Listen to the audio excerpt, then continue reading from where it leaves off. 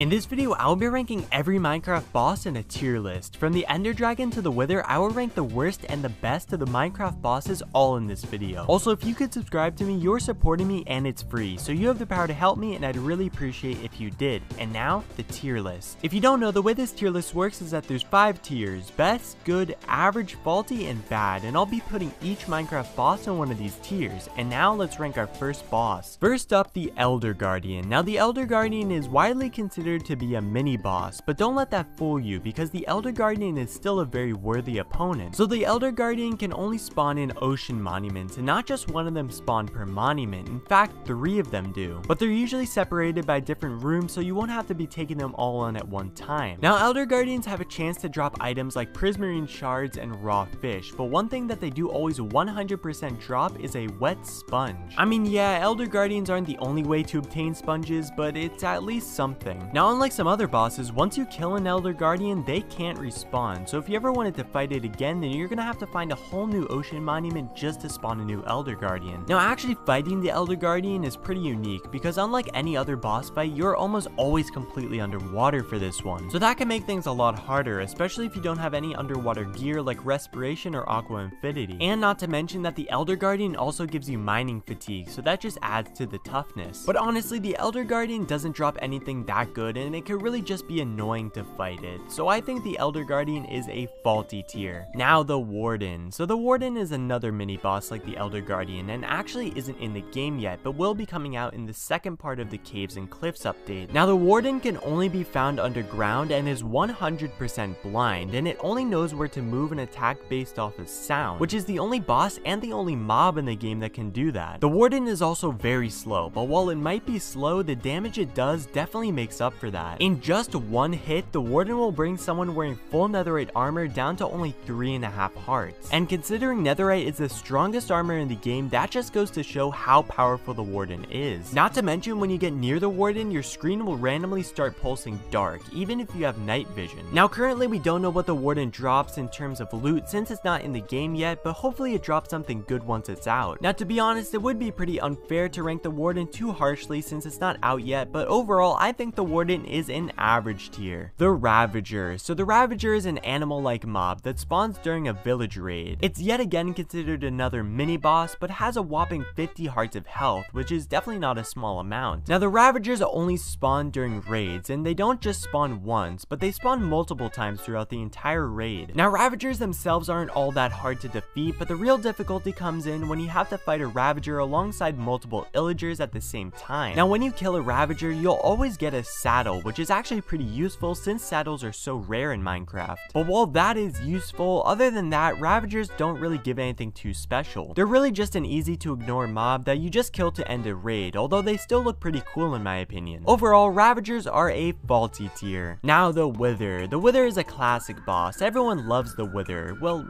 except for maybe bees. But while the Wither might be a veteran among other Minecraft bosses, does that actually make it a good boss? Now, the Wither was the second boss added to the game, and he's unique because it's the only boss that you technically spawn yourself. But although you do spawn it yourself, it's extremely hard to actually find the items you need to spawn the Wither. To spawn the Wither, you need 3 Wither skeleton skulls and 4 soul sand, and if you don't know, Wither skeleton skulls are one of the hardest items to obtain in all of Minecraft. But once you do manage to spawn the Wither and wait for it to charge up, you'll be finding a killing machine that wants nothing but to destroy you and everything you own. Pretty peaceful if you ask me. But if you do kill the Wither, unlike most other bosses, the Wither actually drops a very important item, that being the Nether Star, which is used to make beacons. I should also mention that on Bedrock Edition, fighting the Wither is a lot harder than on Java Edition, since the Wither on Bedrock has twice as much health than the Java version. But overall, the Wither is very useful late game if you like beacons, but even if you don't like beacons, I feel like everyone should at least fight the Wither once just for the experience. The Wither is a good tier. Now, the Ender Dragon, the final boss before you officially beat the game. When you think of a Minecraft boss, after you think of a baby zombie, right next to that is the Ender Dragon. Now, unlike every other boss, to fight the Ender Dragon, you need to be in the end, which is a completely different dimension originally made just for this boss fight. So you could definitely see that Mojang were really taking this boss seriously when they created it. They even gave the Ender Dragon a name. Her name is Jean, and I really hope I pronounced that correctly. Now, when fighting Jean, you need to take out all the obsidian towers first, otherwise Jean can regenerate health. Oh, and while you're doing that, Jean is also also casually shooting fireballs at you. Gene could also charge at you and throw you up into the air, which almost always leads to death if you don't have a water bucket or very good armor. Now, effective ways of killing the dragon are your typical bows and swords, but what seems to be the most effective are beds. If you practice killing the dragon with beds for a little bit, then eventually it will become extremely easy to just casually kill the dragon like speedrunners do. The loot you get from killing the ender dragon isn't that good though, just a lot of XP and a dragon egg, but the real reward is the fact that you beat the game by killing the ender dragon, which could definitely feel nice to have all your hard work and time that you spent on your world pay off. Now, the ender dragon really is the Minecraft boss, and for that I think it deserves a best tier. But while you do free the end by killing the ender dragon, I on the other hand am still not free because I was forced to make this video.